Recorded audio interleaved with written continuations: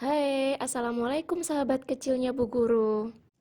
Pada video kali ini kita akan belajar ke tema 5, subtema 2, pembelajaran 1.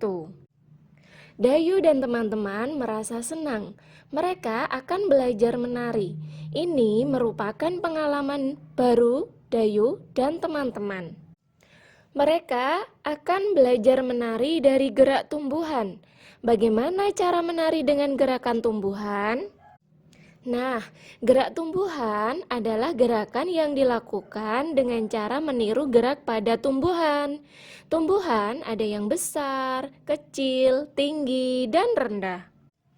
Tumbuhan tidak dapat berpindah, namun dapat bergerak jika dihinggapi kumbang atau ditiup oleh angin dan karena cahaya. Bunga tumbuhan menguncup lalu mengembang. Tangkainya berayun-ayun jika dihinggapi kumbang. Tumbuhan bergerak miring jika ada angin besar. Contohnya, gerakan daun kelapa yang terkena embusan angin. Apakah kamu tahu gerakan-gerakan tumbuhan yang lain? Ayo, coba sebutkan.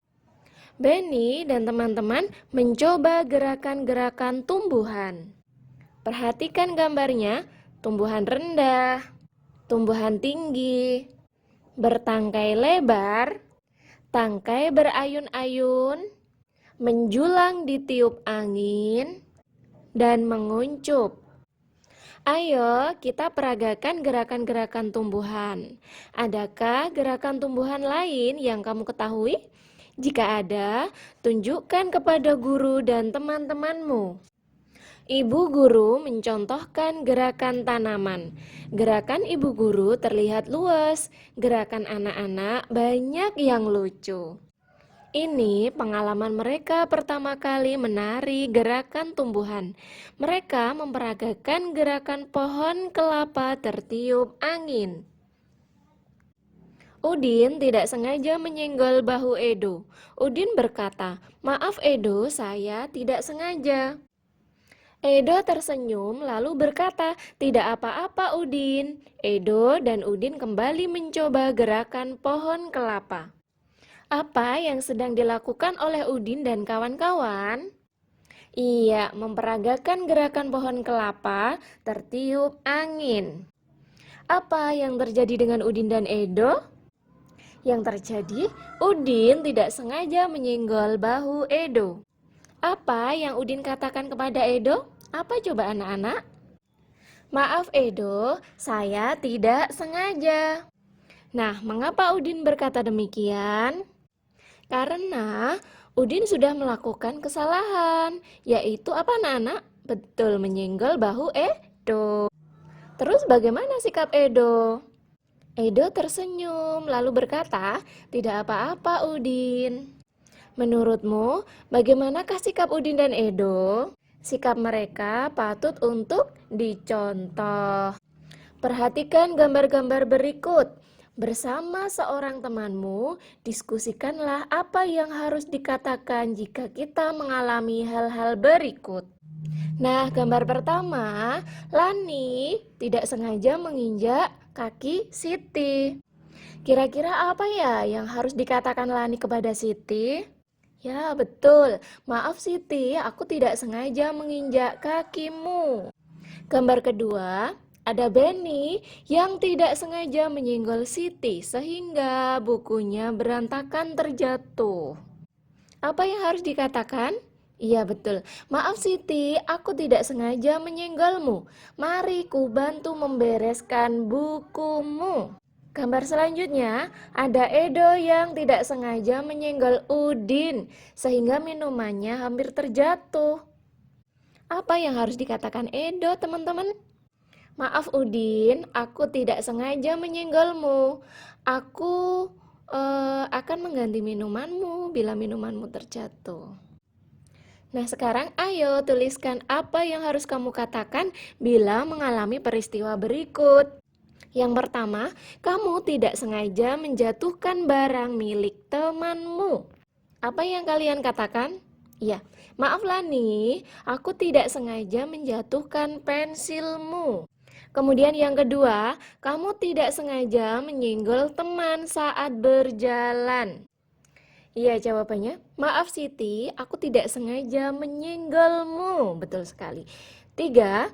Kamu tidak sengaja menabrak teman saat berlari. Maaf Dayu, aku tidak sengaja menabrakmu. Itu karena aku terburu-buru. Kemudian yang keempat, kamu lupa mengembalikan buku yang kamu pinjam dari temanmu. Nah, kamu bisa mengatakan, maaf Benny, aku lupa mengembalikan bukumu. Kemudian yang kelima, kamu tersandung barang teman yang tergeletak di lantai. Nah, kali ini kamu bisa mengatakan, maaf Dayu, aku tersandung bukumu yang tergeletak di lantai. Udin berbuat salah kepada Edo. Udin meminta maaf kepada Edo. Edo memaafkan Udin. Siti memuji sikap Udin dan Edo. Masalah yang sempat timbul segera terselesaikan. Siti teringat kejadian minggu lalu. Hari Minggu lalu, Siti sedang bermain di teras rumah. Dayu ingin ikut bermain. Mereka bermain boneka bersama. Ibu Siti menyuguhkan es sirup untuk mereka. Dayu tidak sengaja menumpahkan es sirup. Boneka Siti menjadi basah dan merah terkena sirup. Dayu langsung pamit pulang. Siti sedih, bonekanya kotor. Ibu menghibur Siti dan membantu mencuci bonekanya. Bagaimana menurutmu sikap Dayu? Tidak boleh dicontoh ya. Kemudian apa dong yang seharusnya Dayu lakukan? Tentu saja, Dayu harus meminta maaf sahabat kecil. Coba jika hal yang menimpa Siti terjadi padamu, bagaimana perasaanmu? Tentu saja akan sedih.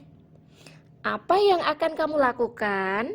Ya, jika Dayu meminta maaf, saya akan memaafkan Dayu. Aturan bermain bersama teman. Bermain bersama teman di rumah sangat menyenangkan. Akan tetapi, perlu kamu ingat, ada yang boleh dan tidak boleh dilakukan. Hal ini disebut aturan. Hal baik seperti berbagi boleh dilakukan. Contohnya, meminjamkan mainan kepada teman.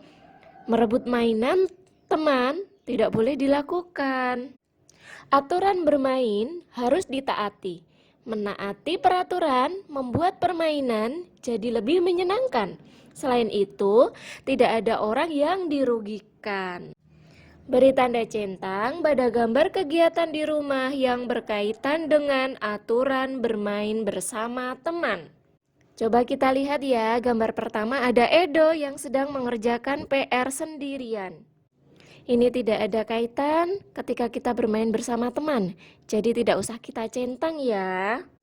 Kemudian gambar yang kedua, ada Edo bertamu ke rumah temannya. Nah, ini ada kaitan aturan bermain bersama teman. Jadi kita centang. Kemudian yang ketiga, membuatkan ayah minum. Ini kegiatan di rumah yang tidak berkaitan dengan aturan bermain. Jadi tidak usah kita centang.